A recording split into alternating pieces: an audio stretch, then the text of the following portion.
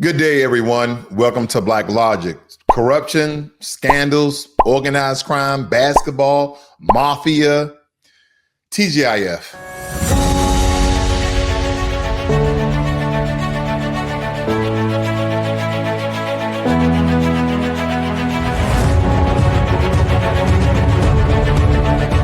Of course, by now, many of you heard that the Portland Trail Blazers head coach Chauncey Billups was charged with participating in an illegal rigged poker scheme tied directly to La Cosa Nostra organized crime families alongside a current Miami Heat player, Terry Rozier, as part of a sprawling federal gambling investigation. Now, this is the first of its kind when it comes of an NBA head coach being involved in any corruption.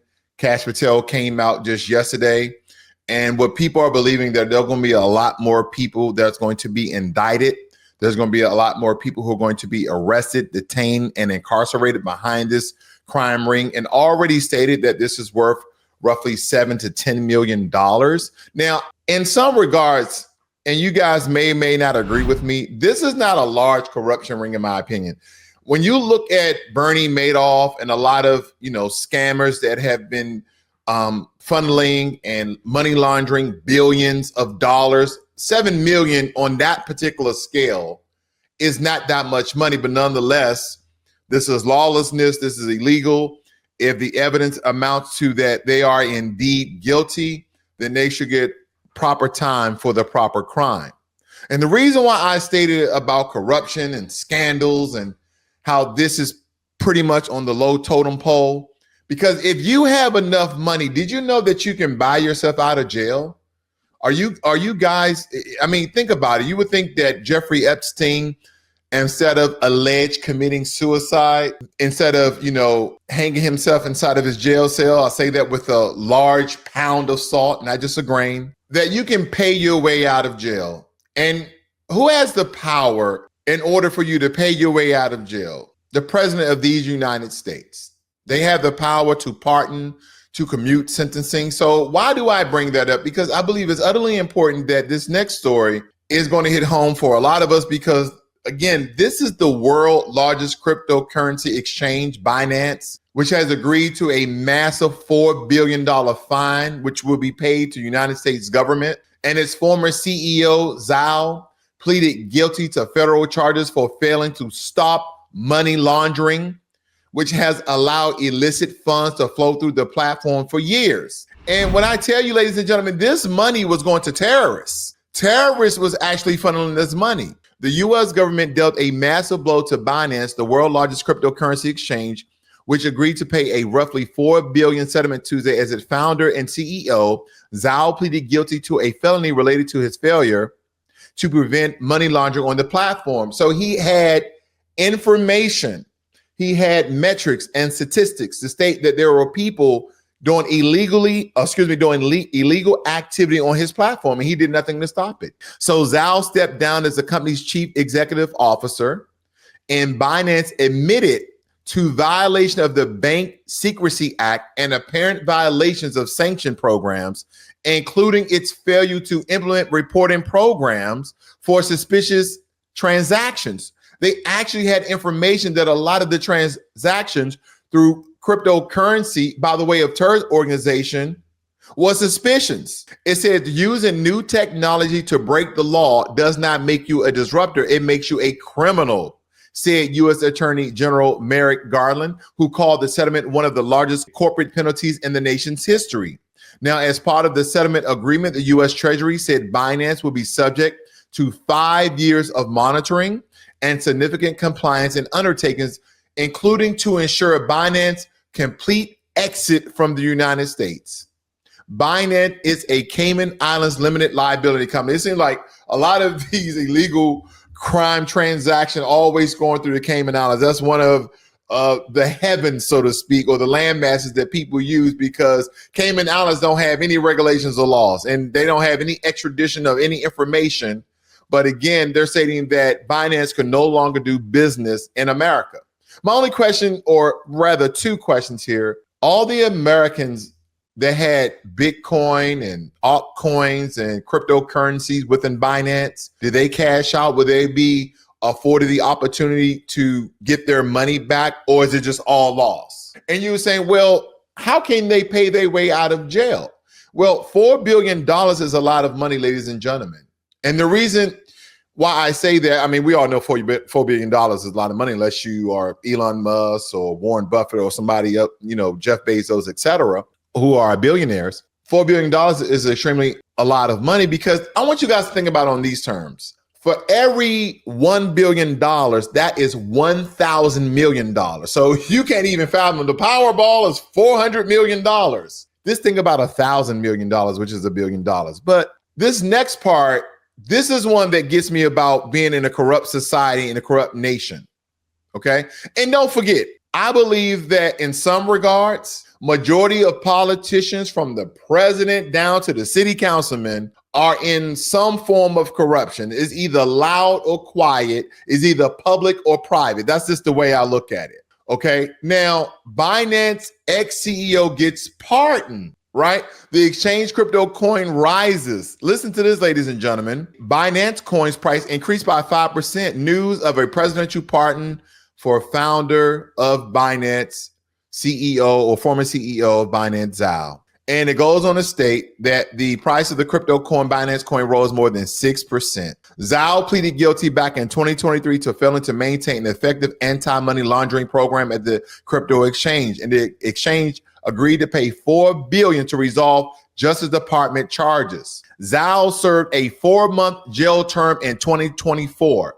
President Trump exercised his constitutional authority by issuing a pardon for Mr. Zhao, who was prosecuted by the Biden administration in their war on cryptocurrency. White House press secretary, the Biden administration war on crypto is over. So all these corrupt people from all these different nations who do business in America, you remember when you had these crypto ledgers and you could never remember your 13, 15 digit code? I know I lost $2,000. I could not remember.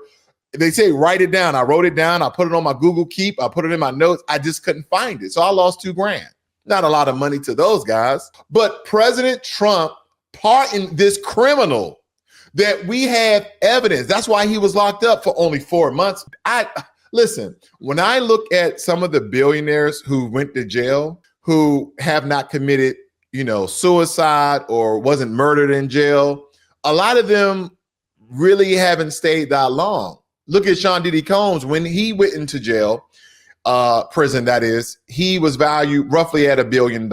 But we know he's black, so the laws really are different with black people. We actually get prosecuted at the full extent of the law. No laughing matter, no less. This is the way that white supremacy works around the world, let alone in America. Now, again, some of you guys may not understand what that exactly means. Stay here a little bit longer and we'll get to it. Harry Weinstein, how's he doing in prison? Or is he out yet? I want you guys to define that as well. But this guy basically paid the American government $4 billion, allegedly, in order for him to do 4 months. So it's like, hey, man, you did 4 months, give us $4 billion, you'll be out. And then President Trump pardoned him. Now, here's my thing, stemming back from this story right here. Chauncey Billups, Terry Rozier, he knows you guys are not billionaires, but, you might want to fit in the pockets of the U.S. government. You may want to say, hey, President Trump, we have $10 million. Can you pardon us as well? They really don't have any hard evidence, but they do have us linked to a lot of these mafiosos and these crime families. Any way that you can pardon us? Because again, you pardon the former CEO of Binance, that he admitted that he had suspicious activity on his platform that was linked to terrorist organization. He pleaded guilty, but paid $4 billion. This reminds me of every ancient, well-known European white civilization, that if you are part of the political party, if you are part of the elite class, you can pay your way out of jail. You can pay your way out of prison. He only did 4 months. And in my regards, and again, this is just my conjecture when it comes to this, if you had information that people were using your platform to send and funnel money to terroristic organizations that will carry out terroristic acts across the nation, especially America, because it seems like every terrorist group hates America, and you have a headquarters in America, you then pay $4 billion, and then the president pardons you, talking about the war on crypto is over. This has nothing to do with cryptocurrency. That is just the conduit. That is just the method of money being laundered and being sent back and forth to terrorist organization. This is about terrorism, and they are allowing it. They pardon. They didn't even commute his sentence. They pardon this guy. Come on, ladies and gentlemen.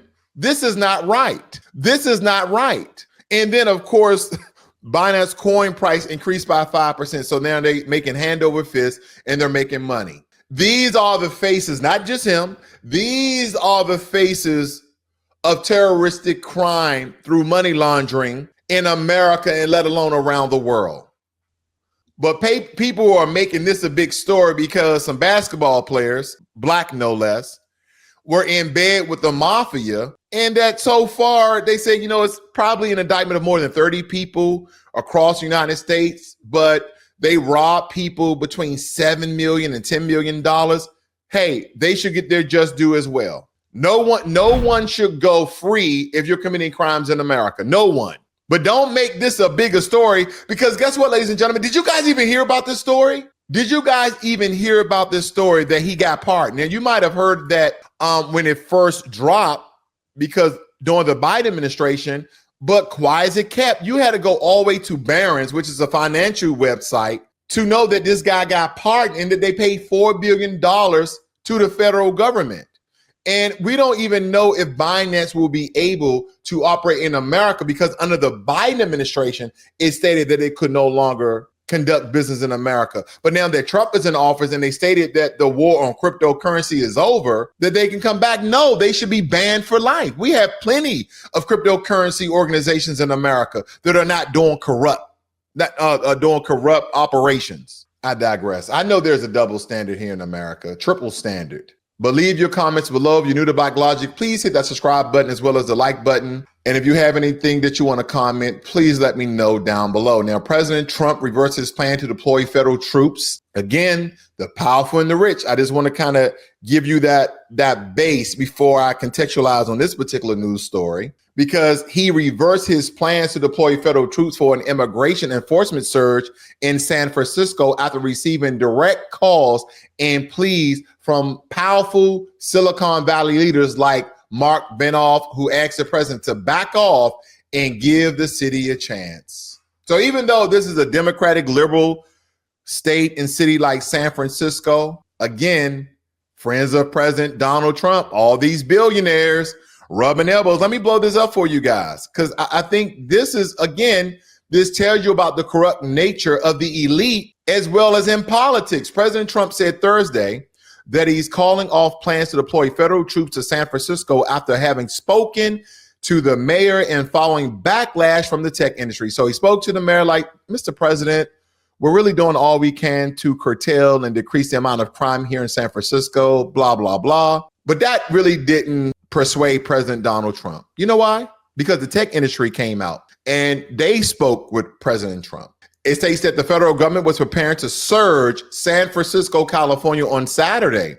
But friends of mine, the president always reveals his hand. The friends of mine who live in the area called last night to ask me not to go forward with the surge, and that the Mayor Lurie was making substantial progress. Trump said on Truth Social. He added that the friends included the CEO of NVIDIA and the CEO of Salesforce. These are multi-billion dollar businesses. The people of San Francisco have come together on fighting crime, especially since we began to take charge of that very nasty subject. Great people like Jensen Huang, Mark Benoff, and others have called, saying that the future of San Francisco is great. They want to give it a shot. Therefore, we will not surge San Francisco on Saturday, Trump wrote. So basically, your billion-dollar friends from these tech companies, that some of them even stated that they're going to invest $100 billion inside of America, hand over fist. Corruption comes in many different ways. It comes right in your face, or just like the NBA scandal with Chauncey Billups, Terry Rozier, and Damon John. We knew nothing about it until Cash Patel came on national TV to tell us all. But this is right in your face. He said, oh, friends of mine called me from NVIDIA and Salesforce and told me to back off and that, they're doing all they can in San Francisco. So I'm not going to deploy the National Guard troops. No, do what you were going to do, President Trump. Oh my gosh. Ladies and gentlemen, if you're not understanding whether you are Republican or Democrat or independent, if you're not understanding the level of corruption in politics, and again, it is corruption in the Biden administration, corruption in the Trump administration, corruption in the Obama administration, corruption in the Reagan and Carter and Clinton, you name it, the Bush administration, all this corruption, but they keep telling the American people it's the left that's doing all this liberal and woke stuff. Oh no, it's the right that's cutting healthcare. They're all dealing in corruption. And they're playing the American people as fools, and they have it right here in front of our face. And they say, you won't do nothing about it. You know why the American people really don't have power? Because every single politician will come out on public TV. All of them. They will come out on public TV and they will say, we live in a democracy. And then when you say, well, what does the Constitution of the United States of America state? Oh, we live in a republic. Oh, what does a republic mean? That means that you have representatives that represent the American people. That when laws and legislation go through the process of being signed into law, that the American people doesn't have a say so. The only thing that you can do is lobby and protest and march. But at the end of the day, you can show you this thing. And the only reason why some of these politicians may change their mind is because they're looking for another term. They want another 2 years. They want another 4 years. But if they feel as though they're about to retire, they're like, no, we don't care. We're just going to do whatever we want to do because we are the representatives of the people. And you would think they will represent you in kind and in deed. You would think that Affordable Health Care Act will get an extension so 5 million Americans will be covered. Nope. You would think that organizations like Binance, they help aided and supported transactions to terroristic organization, that their CEO will stay in prison and that he couldn't pay him his way out, and that Binance will be banned from doing business in America. Nope. You would think that you had this information because that's why you made it public that you were going into San Francisco because of the lawlessness and high crime and a lot of unsheltered people on the street and public spaces, that you were going to do the same thing that you did in DC, that you was going to do the same thing that you're doing in Chicago right now. But no, your billion-dollar friends call you alongside the mayor, again, to make it seem somewhat political, but this is just about money. Dirty, stinking money. People say that the root of all evil is money. No, it isn't. It's the people with money and what they do with that money. And we're seeing it right here, right now. This is Cover Up Friday, ladies and gentlemen. I've never seen so much corruption all in one week. Golly. Whew.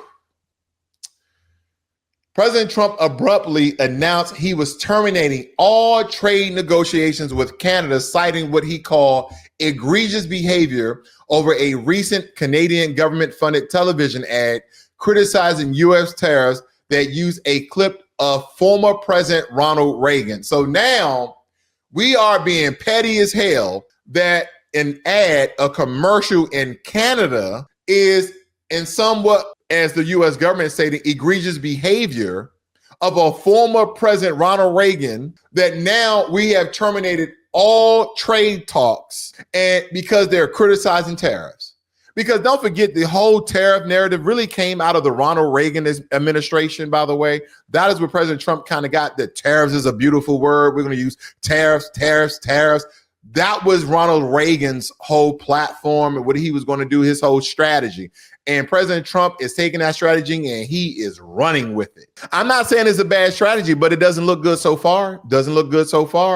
Hopefully it pans out because, again, I want America to succeed. I really do. So I hope that, just like a stock, initially it starts off kind of bad and then over time it gains traction and then you start to make good profit. I hope tariffs become profitable later on.